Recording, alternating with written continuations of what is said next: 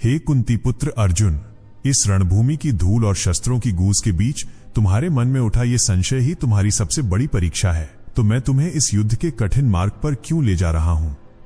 तुम एक सरल मार्ग की खोज में हो, लेकिन सत्य सरल नहीं, सत्य तो शाश्वत होता है। पार्थ, इस ब्रह्मांड के केंद्र से गूंजती हुई मेरी बात को अपने भीतर उतरने दो।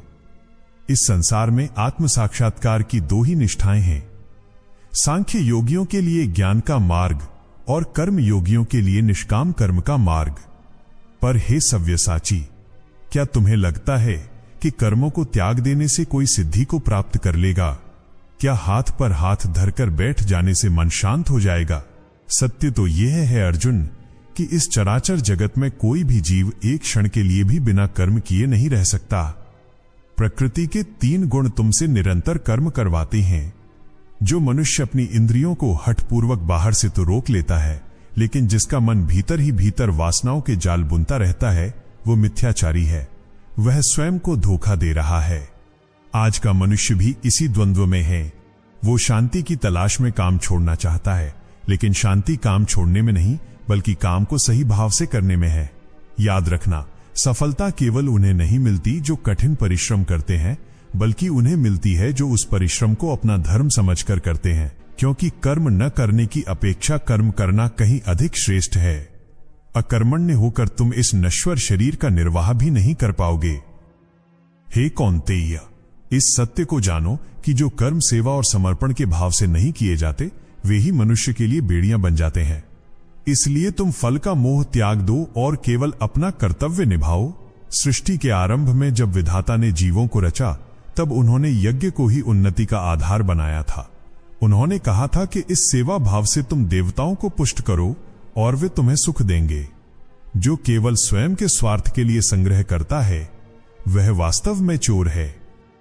ये संसार एक निरंतर चलने वाला चक्र है पार्थ। अन्न से जीवन है, वर्षा से अन्न है और वर्षा यज्ञ से संभव है।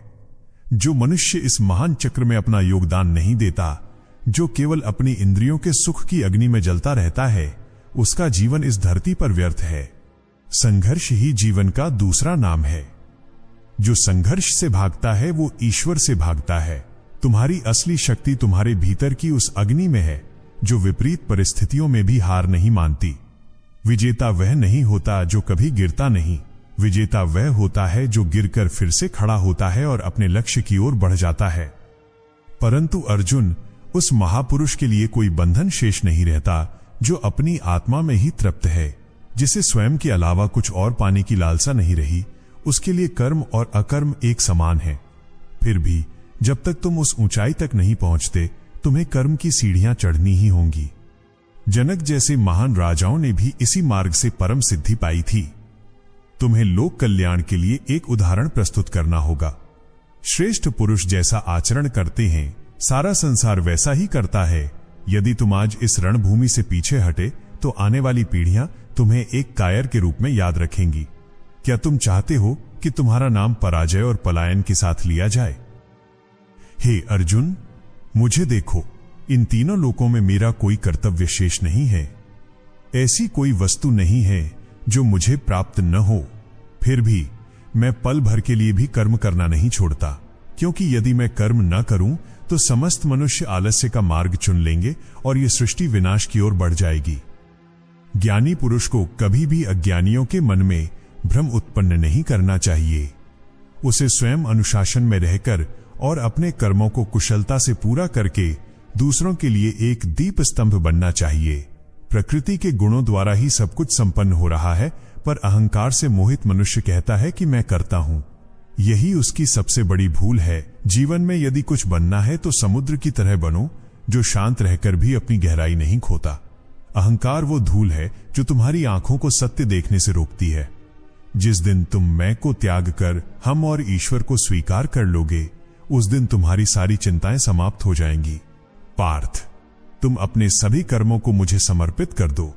अपने मन को इस जगत के स्वामी में स्थित करो। ममता और आशा के बंधनों को तोड़ दो। अपने भीतर के इस मानसिक संताप को विदा करो और खड़े हो जाओ।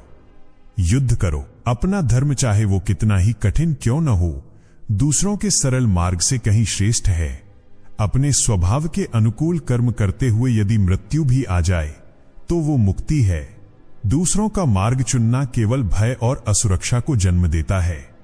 जब अर्जुन ने व्याकुल होकर पूछा कि हे केशव, वह कौन सी शक्ति है जो मनुष्य को न चाहते हुए भी पाप के दलदल में धकेल देती है, तब मैंने कहा कि हे अर्जुन, वो काम है, वो क्रोध है। यह रजोगुण से उत्पन्न होता है और कभी न बुझने वाली आग की तरह है। यही तुम्हारा असली शत्रु है। जैसे धुएं से अग्नि और धूल से दर्पण की चमक छिप जाती है, वैसे ही इच्छाओं ने तुम्हारे विवेक को ढक लिया है। ये शत्रु तुम्हारी इंद्रियों, तुम्हारे मन और तुम्हारी बुद्धि में घर बनाकर बैठा है। ये तुम्हारे ज्ञान को नष्ट करता है और तुम्हें भ्रम की गलियों में भटकाता है। इसलिए हे महान योद्धा, सबसे पहले अपनी इंद्रियों पर विजय प्राप्त करो, अपनी बुद्धि को स्थिर करो। जान लो कि तुम ये शरीर नहीं हो, तुम वो अविनाशी चेतना हो जिसे शस्त्र काट नहीं सकते और अग्नि जला नहीं सकती। जब तुम अपनी बुद्धि से अपने मन को जीत लोगे, तब तुम इस काम रूपी शत्रु को सदा के लिए समाप्त कर दोगे। तुम्हारी सबसे बड़ी जीत किसी और पर नहीं बल्कि खुद पर होनी चाहिए। जो अपने मन को जीत लेता है, उसके लिए यह संसार स्वर्ग बन जाता है। उठो पार्थ, मोह के इस अंधेरे को चीरकर अपने साहस का परिचय दो। तुम्हारा कर्म ही तुम्हारी पूजा है।